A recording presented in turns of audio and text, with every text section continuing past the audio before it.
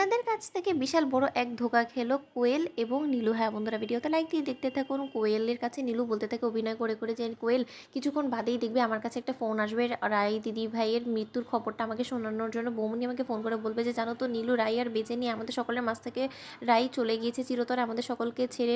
নীলু তুমি বুঝতে পারছো? তখন আমাকে একটু কান্নাকাটির মিথ্যে অভিনয় করতে হবে, আমাকে এমন একটা প্রিটেন্ড করতে হবে যার ফলে কিনা সকলে আমার অভিনয় দেখে বিশ্বাস করতে বাধ্য হয়ে যায় যে না, আমি সত্যকার অর্থে রাই দিদিভাইয়ের মৃত্যুর খবর শুনে শোকাহত। অন্যদিকে কোয়েল বলতে থাকে, চাচ্চা নীলু আমার তো আর তর্স হয়েছে না।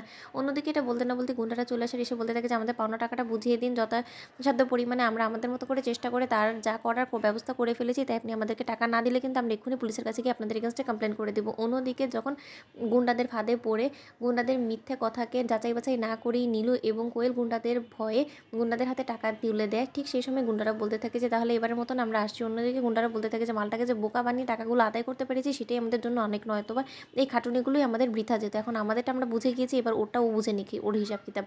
অন্যদিকে নীলু যখন নিজে থেকেই ওর বৌমনিকে ফোন করে, ঠিক সেই সময় বৌমনির কাঁদো কাঁদো আওয়াজ শুনে নীলু বলতে থাকে যে, বৌমনি তুমি এরকম করে কাঁদছো কেন বলো তো? তোমার চোখে এরকম করে জল আর যাই হোক না কেন আমি কোনো মতে সহ্য করতে পারছি না। আমি ওখানে নেই ঠিক আছে, কিন্তু তাই বলে তোমরা কেউ আমাকে এইরকম একটা দুঃসংবাদটা দিবে না সেটা আমি কোনোদিনও কল্পনাও করতে পারিনি। আমি এতটাই পর হয়ে গেলাম তোমাদের কাছে বলো তো? আমার নাম্বারটা তো তোমাদের কাছে ছিল, তোমরা তো আমাকে এই খবরটা আগে জানালেও পারতে। আমি তো এতটাও নিজেকে দূরত্ব করে রাখিনি তোমাদের কাছ থেকে বলো তো? তাহলে আমার সাথে এরকমটা কেন করলে বড় বৌমনি? অন্যদিকে কোয়েল পিছন থেকে হাসতে থাকে আর বলতে থাকে যে বড্ড বেশি অভিনয় পারো নীলু তুমি।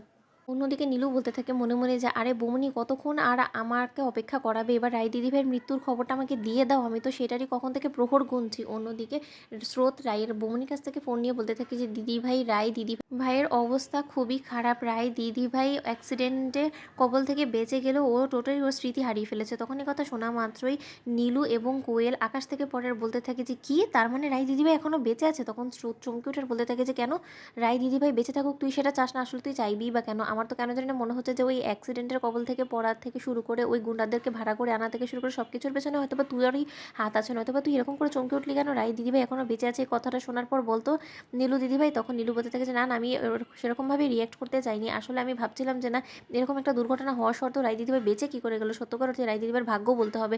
আচ্ছা আমি তোকে একটু পরে ফোন করছি। অন্যদিকে নীলু ফোন রেখে গুন্ডাদেরকে ফোন করে বলতে থাকে যে তোমরা আমার কাছে আমাকে সাথে জোচ্চুরি করে বাটপাড়ি করে টাকা নিয়ে গিয়েছো, এবার যে করেই হোক না কেন আমাদের টাকা আমাদেরকে এখানে এসে ফেরত দিয়ে যাও, এক্ষুনি দিয়ে যাও। কারণ আমরা যে কাজটার জন্য তোমাদেরকে অ্যাপয়েন্ট করেছিলাম সেই কাজটা তোমরা কোনো মতেই করতে পারোনি, উল্টো আমাদেরকে ফাঁসি দিয়ে গিয়েছো। কারণ সেই মানুষ তো মরেইনি যাকে আমরা মারার জন্য তোমাদেরকে সুপারি দিয়েছিলাম। তখন গুন্ডারা বলতে থাকে যে কী করবো বলুন তো, মালটার তো কই মাছের প্রাণ, এত চেষ্টা করেও মালটাকে মারতে পারিনি আমরা। মারার আগেই মালটাকে বাঁচানোর জন্য এমন এক সহৃদয়বান ব্যক্তি এসে হাজির হলো। তো বন্ধুরা, ভিডিওটি ভালো লাগলে সাবস্ক্রাইব করতে ভুলো না।